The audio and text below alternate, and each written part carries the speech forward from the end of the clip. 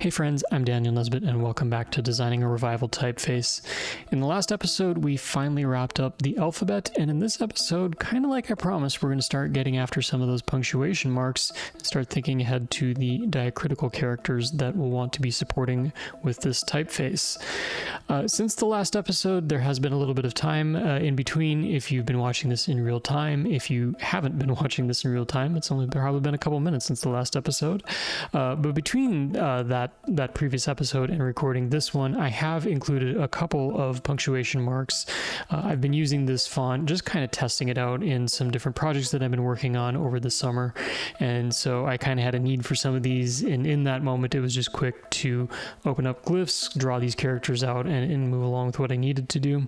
And we're talking things like the period, a comma, some quotation marks, and some slashes. Really nothing super technical or something that I really felt was worth going ahead and putting a small video together for. But we are going to be using these marks to start building out other things like colons, semicolons, exclamation points, all of that kind of thing. So let's hop in. I already had one set up here for the colon, and I've got the scan dropped in. And if I zoom in, I'm just going to kind of take you through what I've been thinking or what I've been doing up until this point. So obviously for something like a period, that's pretty easy. It goes along the baseline. We don't have to worry too much about that. For things like the semicolon, that one does have the comma there. And even the colon too, you'll notice that these also ride along the baseline as well in the specimen that I scanned in here. And for the time being, to keep things simple, what I'm going to do is I'm going to basically just draw these out exactly how they are in the specimen. And then when we get to some later steps here, getting into technical things, getting into things like setting, maybe time, for example, where you have a colon and in between a couple of numbers, we can go through and kind of explore maybe if that needs to shift or change or do something different. But for now, just to keep things moving, that's what we're going to do, is just kind of stick with the scan here. So I'm going to go ahead and all I'm going to do is I'm just going to add a component, because we're a big fan of components here. And I'm not even going to move the scan over. We're just going to kind of eyeball this a little bit and just kind of take a look. I think we're pretty near there. One other thing that I'm going to do as well is I'm actually going to go ahead and just set my side bearings for the period as well. That way that's all kind of locked up there, and that's really all we need to do for the colon. We're going to kind of do the same thing for the semicolon as well. Of course, we're going to have the period there. And actually what I'm going to do is we're actually going to jump back to the colon here, because I can just copy and paste that, so that's going to line up perfectly. And then all we need to do is come over here and drop in the comma. And rather than manually trying to line this up, because I'm probably going to spend forever doing that, we're just going to use our alignment tools. So I've got both of these selected here. We'll just align to the right, since both of those are fairly flat and fairly even. And then again, we'll set these side bearings. So that is the colon and the semicolon, pretty easy stuff. I think I had an ellipsis in here as well. So let's zoom out. Maybe I did not have an ellipsis here. Well, not to worry. Even though this isn't part of a scan, at least personally speaking, this is something that I use quite a bit. So I think what I'm going to do is we'll just kind of put that in there. Unfortunately, I don't think I have a way to space that out. To be honest, my brain has also been in Illustrator mode a lot lately, so that's probably playing with my mind a little bit too here. So I think we're just going to aim for maybe something like 90 between these two. That keeps it relatively even for now. We'll just respace that a little bit. I tend to like my ellipses a little bit more condensed. Some of the fonts that I've been using lately have actually had that spread out a little bit more. We're kind of going with my personal preference on this. And we'll see how this looks in text too. So I may change my mind on the spacing later, but I just don't want that to hold up our progress right now. We're just going to keep kind of moving over here a little bit. So let's jump over. The exclamation point is next in Glyphs. So we'll go ahead and grab this, and for this one I am going to move this over because I do want to capture a little bit more of of kind of that shape there. So what we're going to do is I'm actually going to go ahead and lock the image. We are going to drag this up, and then for here, I'm just going to grab these 2 points and we'll see if I can just kind of scale them together.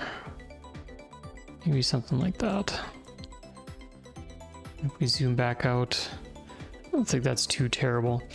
I think some of these old fonts, they do probably tend to simplify themselves a little bit. Like, you know, if you've sat through any modern type design education, I think there's a little bit more attention paid to, you know, kind of the illusion of type, you know, overshoots, that kind of thing. And what I've noticed on this one, and there's been a few others as well, is sometimes you can tell they just like stretched out a period or something to create an exclamation point and really didn't take too much time shaping it. This one seems like a pretty basic shape here too, but it does the job as an exclamation point. So we will go ahead and we will do the period and the period. And then what I'm also going to do is we're going to basically just copy and paste that, and then I'm going to flip it. I don't think I did not have that in the images, but I think what we'll do maybe is we'll just kind of bring that down there like such. So that'll ride along the descender line for now. Again, maybe we'll try some Spanish or something like that. I can kind of dust off what I know for different languages and see how that looks. But again, for now, kind of the idea with all of this is that we're basically just going ahead and just, you know, more concentrating on the character than how this is placed. So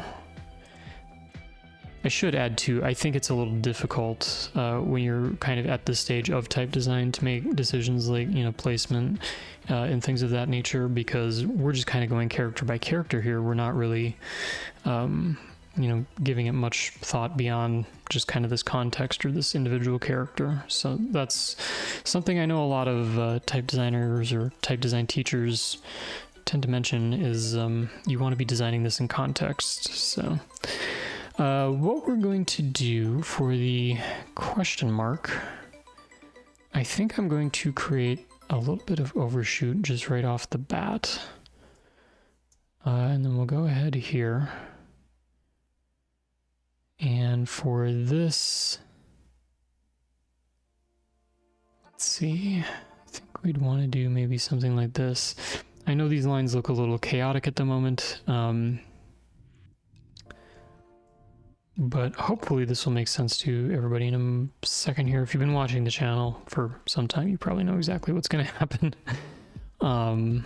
But you can kind of see in the preview down below as well that we can use these to kind of control the angles here, which is something I am a big fan of. And then all we'll do here is we will go and make these into curves and just make sure we get everybody set up. One thing that I am going to do here that I like to do is just kind of keep a relationship between these two Bezier handles. I think that makes it a little bit easier as you're trying to shape the curve there. For down here, I think what we could do is actually maybe straighten these out, bring this point down. I'm going to kind of eyeball this for now. We've obviously got some smoothing and work to do there. I probably didn't need to open up that corner, but at least this kind of gets us into a spot where we can begin to adjust. So we'll go ahead and we'll just do our best to kind of maybe eyeball this stuff a little bit. Make sure our weighting is kind of where we like it with all these different things. So it doesn't look like this point drops all the way down because we do have kind of a little bit of weight there. Maybe we just kind of balance it out, kind of going back and forth between these 2 points here. And it does look like it is a little bit narrower. One thing I am kind of curious.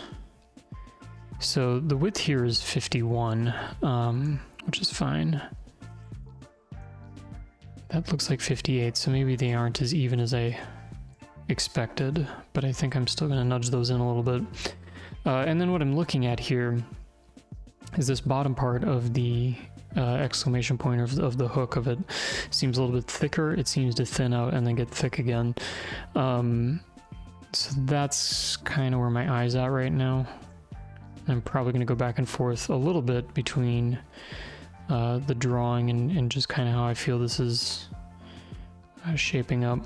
We do have things like Super Tool installed as well as one of the plugins in my Glyphs toolbox here. Not sure I'm going to turn to that quite yet, but we may pull that out a little bit later here just to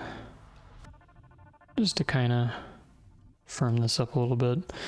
One other thing, kind of take this, maybe adjust that hook a little bit. Probably just get this so it kind of feels more like a 90-degree angle kind of on these two corners here. And then just kind of smooth these out. I am actually going to be kind of curious now how Super Tool says we did if we take a look at the curves here. I would say this is reminiscent of the S as well. You know, it's kind of reverse, of course, but you still kind of have this, you know, kind of snaky kind of curve to it where it's going to gain a little bit of weight kind of in the middle before it kind of tapers off to the bottom. So maybe something like that. Why don't we open up Super Tool here and take a look?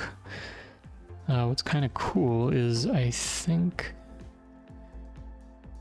I'll make sure we change the points on those as well, but I actually think we weren't too far off. Maybe where the terminal was for those. So it could be something like that. One other thing I'm going to do is, let's see what the heat map does. So if you can see this, it does look like it, it's kind of like got a cooler, I guess, or thinner weight here. It does seem to kind of gradually open up and then kind of taper back down again. So I think I'm okay with that. We'll go ahead and turn heat map off here. And again, I'm just going to space this out with the period for now. And, you know, if we kind of take a look at some of these in context, you know, we saw that I went ahead and traced this out based on the scan. To me, that does look a little narrow next to like the ONTS, especially if we maybe go like, oh no. So we kind of go back to our control characters a little bit. That does kind of feel a little bit thin.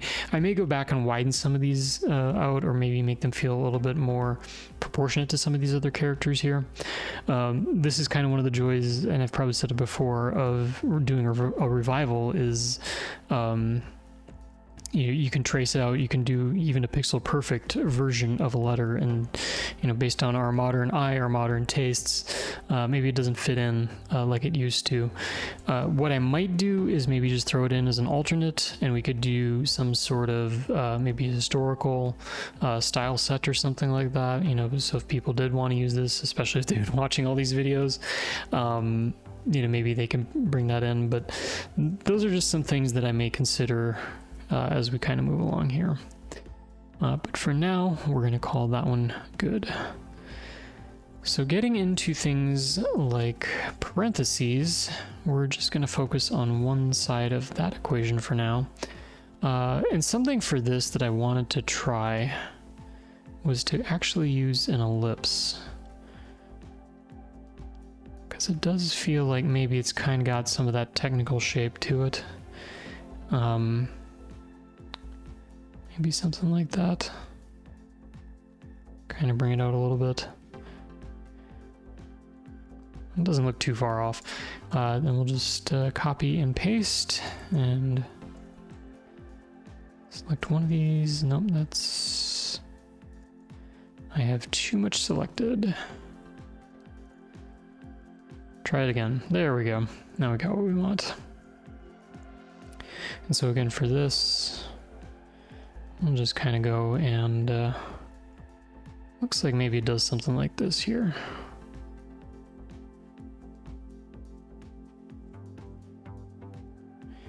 And I could maybe take a look at fit curve. I don't know if something like that really works. Let's so really we're just kind of focusing on this part, but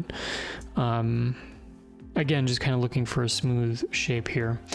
And then what I'm going to do is ultimately we're going to just kind of cut this in half and mirror the shape. But what I'm going to do is use my knife tool there. And if we back out, copy, paste, we'll flip it vertically. And then we'll just go ahead and nudge that into place. And we've got a parentheses that looks like it does a pretty good job of respecting the scan here. What I am going to do is I'm just going to go ahead and open these corners for now. I may or may not rely on those later, but I'm pretty happy with that overall. I'll go ahead and do the period on both sides. We can pull in the other one, and we're just going to do a mirror image of each of these. Add the period to the side bearings. That's really all it is.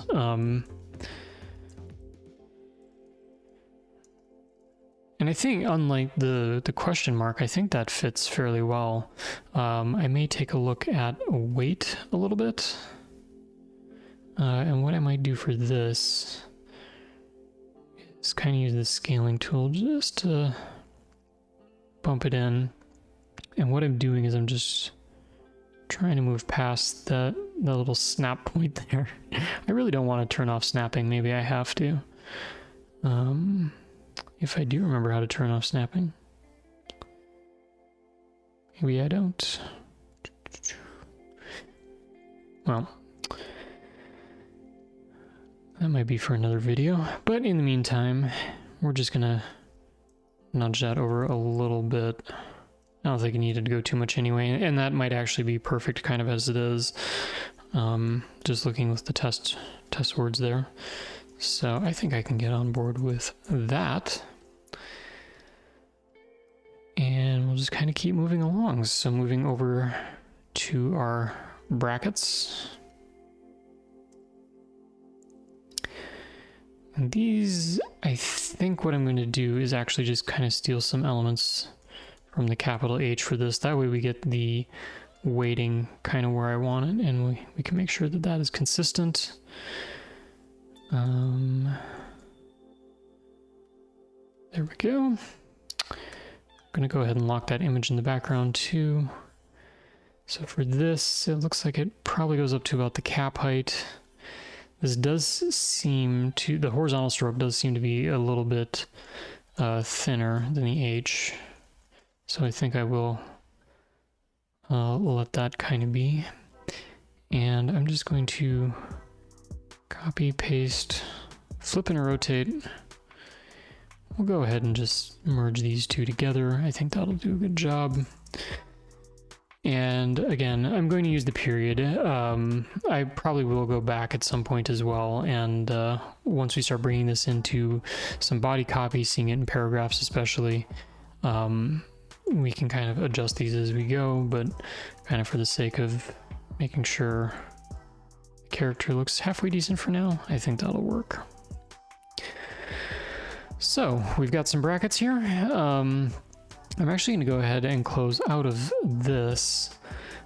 So I actually do have the question mark too, which I should probably stay consistent, and go ahead and do that and get this into the overshoot a little bit. There we go.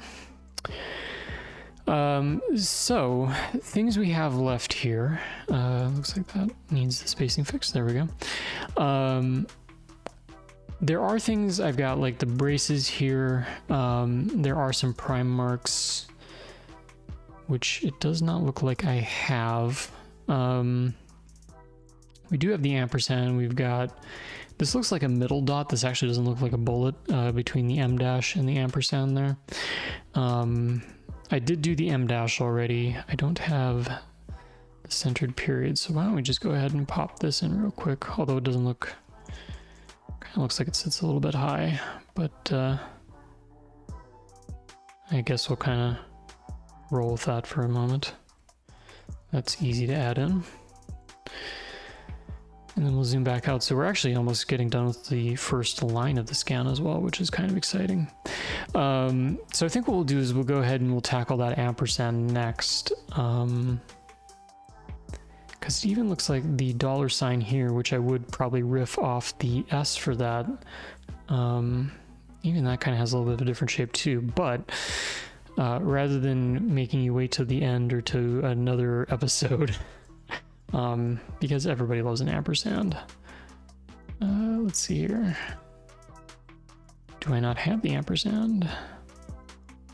Did not add the ampersand yet, so let's go ahead and do that. And we'll get that oversight taken care of. There we go. Double click in there. So the ampersand, this one's going to be kind of fun. It appears that there is no straight lines at all in this. So this is going to be kind of a challenge. What I'm going to do is we're just going to bring in the S here. So just to kind of remind ourselves a little bit, and we do have the dimension palette on the side here. 73 units looks like it's kind of the thing for like a curve like an O. Or 68 if it's maybe a smaller bowl like this. Those are some numbers we can keep in mind. This looks like it tops out around 76 for the width here, and then tapers down to 62, which is somewhat in line with the O there. So we're just going to keep that in mind for now, but what I'm going to do is, to start, I'm just going to make a giant mess, I think is what we're going to do. So we're going to use this point. I think what I'm going to do is similar to the S. We're not going to put any points along this main stroke kind of coming down through here. What I am going to do is just skip up to the upper loop here. And we're just going to grab all of these extremists. So it's going to feel a little bit like when we've designed an S. And then what we'll need to do, I probably don't need to necessarily draw on the open corners like this. I always could go back and add those later as well, especially via the right click menu, but we'll just kind of roll with that for the time being. And then as we get back down here, we will cross over and close up. So I have what some might say looks like a very metal looking ampersand here, but that's totally fine. What we're going to do is I think we're just gonna take this in kind of bits and pieces. So just kind of stack that together.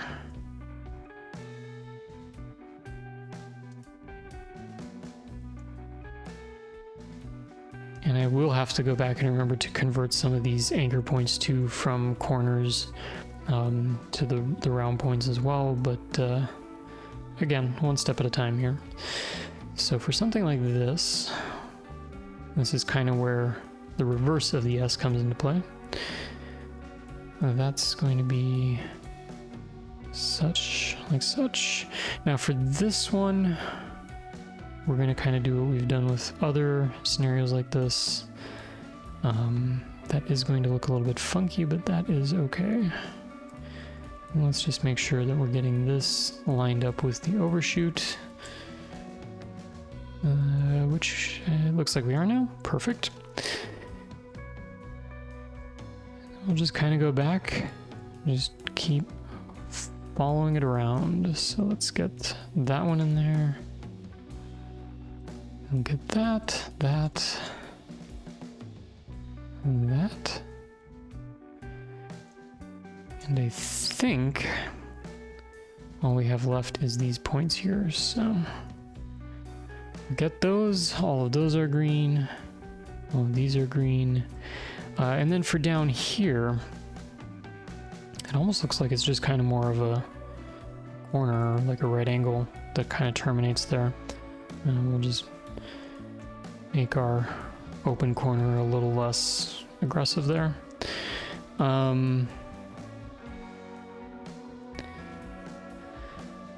So we can definitely tell this thing needs some work. And now the fun part is determining where we are going to start with this. So I think what we're gonna do is maybe begin up at the top here, just kind of work our way down.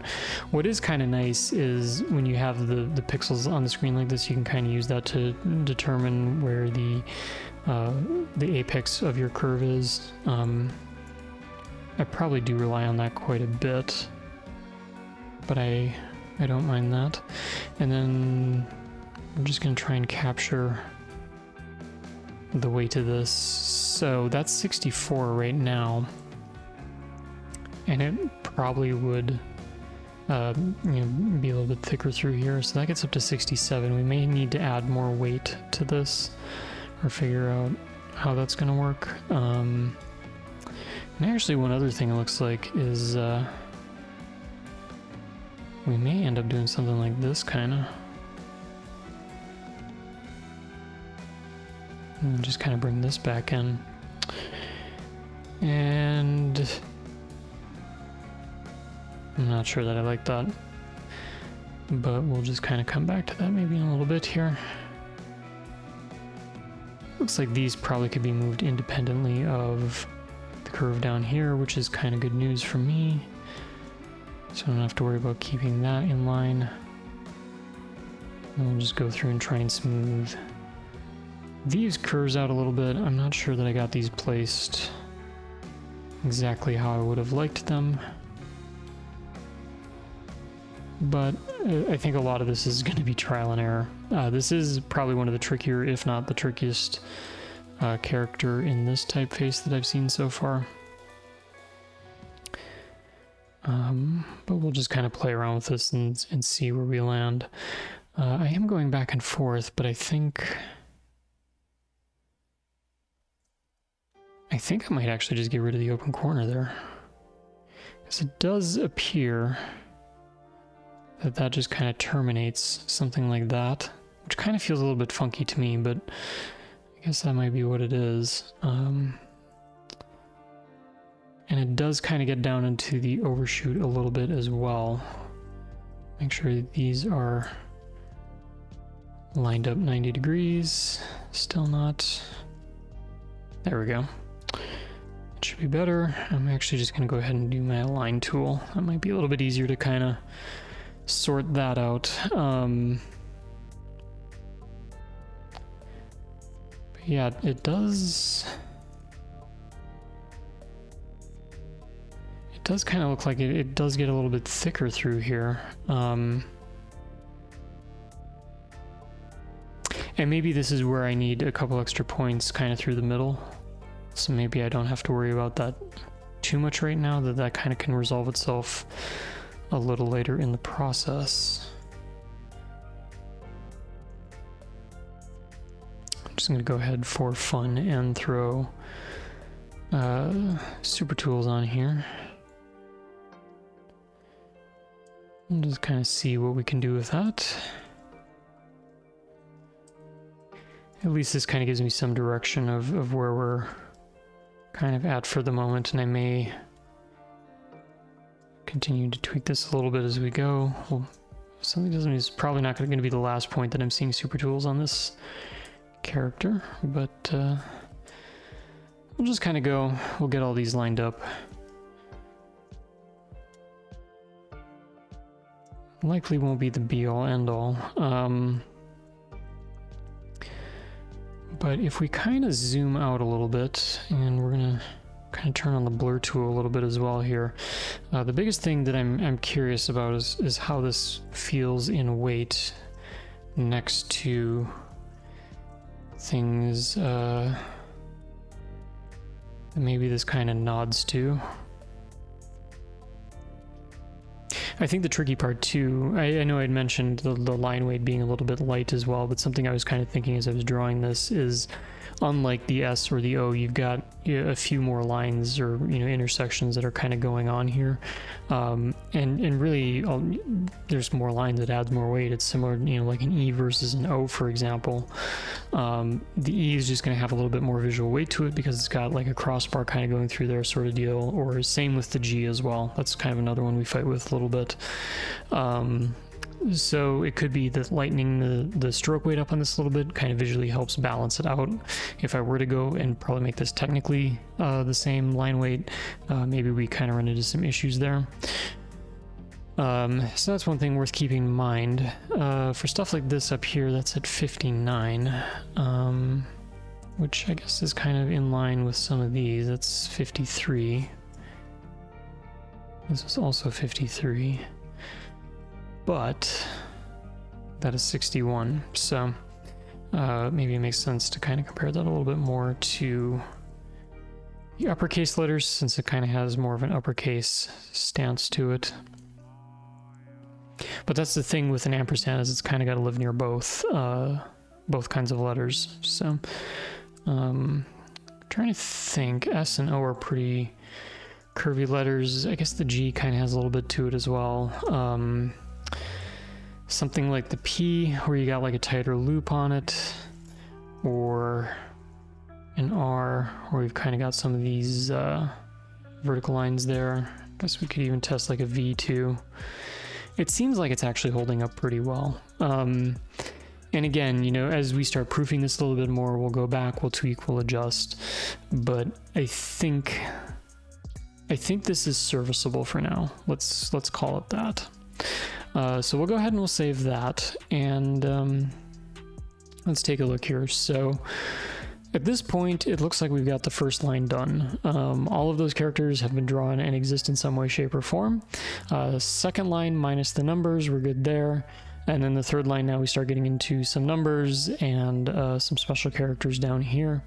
I think what I want to do, just to probably put a wrap on this, is take a look at the $sign, because I did mention that this looks like it kind of shared some DNA with our S here. The first thing I'm noticing off the bat is it actually doesn't go into the overshoot areas, which I've seen some fonts do that before. I haven't drawn a whole lot of $signs, to be honest, so I'm not exactly sure how common that is in different fonts, but as we can see when I overlay this, that there's definitely a difference between these two. So this is one of those situations where I'm probably going to go and just respect the drawing rather than making this technically accurate. Again, when we were talking about the question mark a little bit earlier, maybe there's like a historical alternate or something like that, or a modern alternate if you wanted to go the opposite direction, where you could go through and draw this or approach this as we kind of would more as a modern take. But I think for now, we're just going to kind of stick with this. So we're going to actually just get rid of that old S. And I think what I'm going to do for this is we're just going to kind of step back a little on this drawing. So I'm just going to go, and basically we're just going to kind of line up roughly where the top is there. And we'll do the same on the bottom as well with the scale tool. And then the other thing that we're going to do, it looks like this is just a touch wider as well. So we'll do that. And then I think what I'm going to do is we're actually just going to go ahead and redraw those two. So effectively this is kind of our skeleton. So I'm just going to grab these handles, and this is probably pretty similar to what we did for the capital S, but we'll just kind of go through, do our best to get these lined up. If we need to adjust them, we can adjust them a little bit.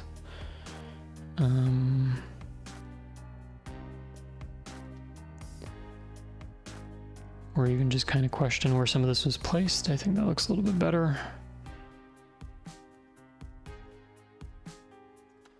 And it even looks like this here. So this is one of those things where maybe we could kind of bump this over a little bit.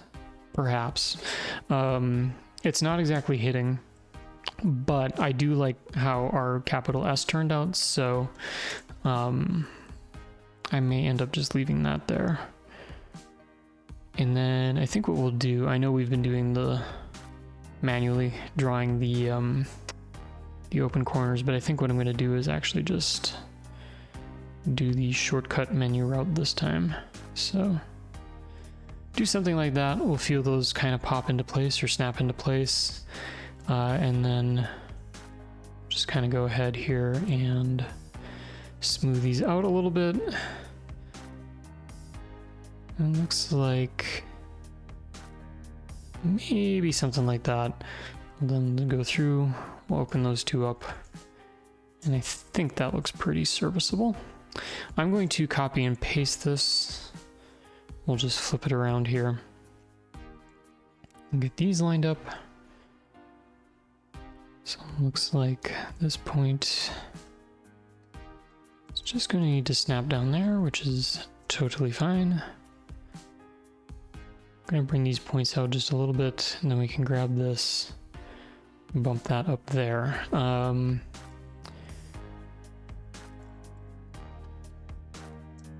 And it looks like maybe it does something sort of like this, kind of with that terminal over as well. So I'm not really going to critique this entirely just yet, kind of based off of this, because obviously we're going to be running a line through it. But what I am going to do is I still am going to come back and maybe just kind of adjust this spine just a little bit. I think we can do a little bit better there. And then go ahead, put our inflection points in. It does look like we had to clean that up a little bit there. I presume that's going to be a similar situation here. But what I really want to do is get that vertical line through the center here. So we're going to start with the eye. And looks like we're going to be taking some weight off of this a little bit.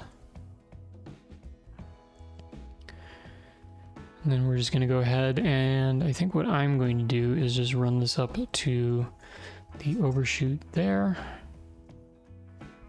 And it doesn't really look like it has a specific point there, so we'll just kind of aim for that. But this gives me a little bit more context now, so I can kind of go back and adjust, also keeping that vertical line in mind as we go. The other thing that I think, well, I was going back and forth if I was going to get rid of the scan or not, but I think we're going to leave it in for now. But what I want to do is just kind of adjust some of these. So two things I'm looking for here. We're kind of evening these two handles out, kind of the distance from the point. The other thing that I'm doing is making sure this point doesn't cross over where this one. So if they kind of intersect a little bit, we're trying to get rid of that. Basically, is what's happening. It's kind of one of those technical details. Maybe good font hygiene, if you want to call it that. It does kind of help with curves, making it just look a little bit better. So kind of draw these out a little bit. And once I'm somewhat happy with those, we'll kind of go through and just tweak and adjust and tweak and adjust. That's the name of the game. I think everybody on here is probably used to that by now, to be honest. And then we're just kind of looking at line weight as well. So just making sure that we've got like a nice pleasing curve. Could hop in here. If I'm going to do super tool, I'm actually going to temporarily get rid of the vertical line for a moment. And I think super tool is going to lie to us a little bit here. I'm probably not going to fully agree with everything it's telling me.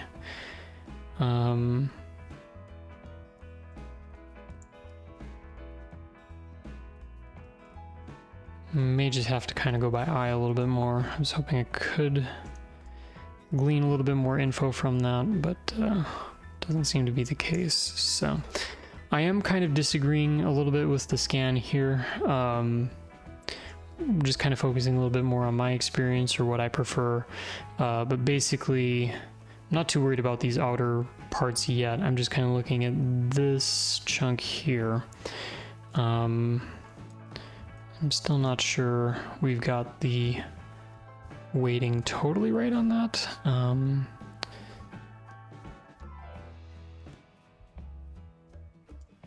But again, this could kind of be a little bit trial and error.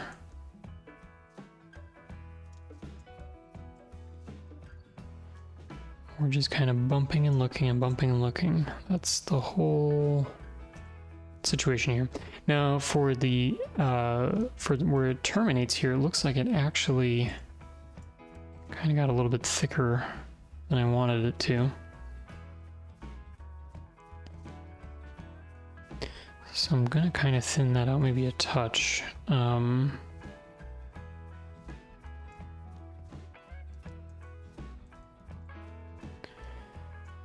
Maybe something like that. Kind of adjust how these curve up a little bit.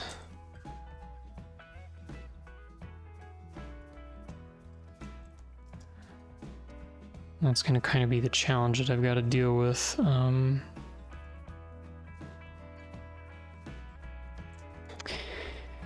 this may be a situation where we turn to something like heat map.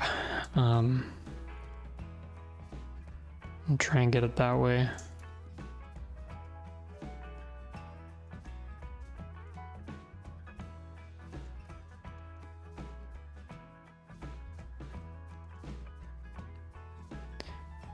But again, it's just it's going to be constantly looking and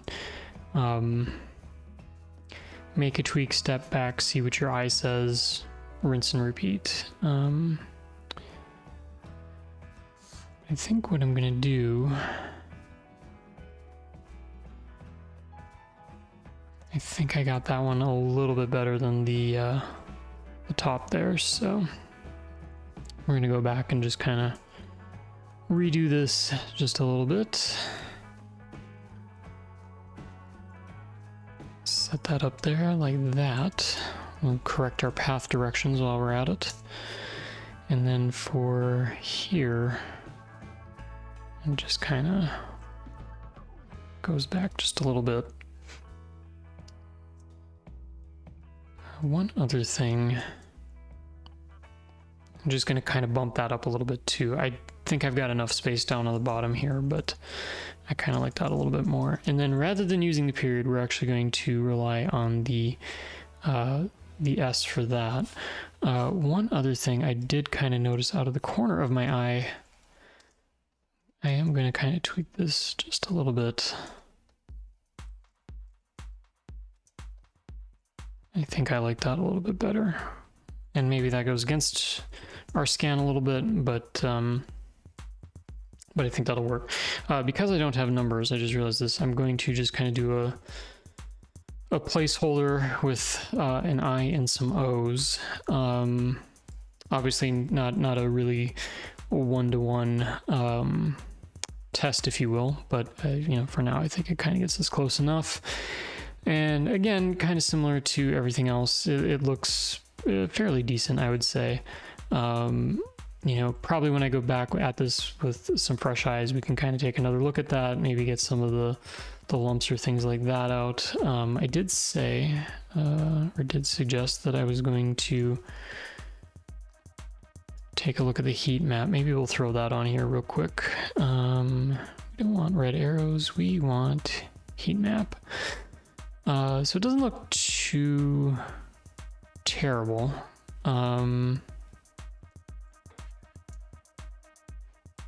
And maybe this is just a case where we kind of do one of these things. And maybe that's what it needs to be. If we just take that out real quick, so we just kind of get the S itself. I'd say it looks reasonable.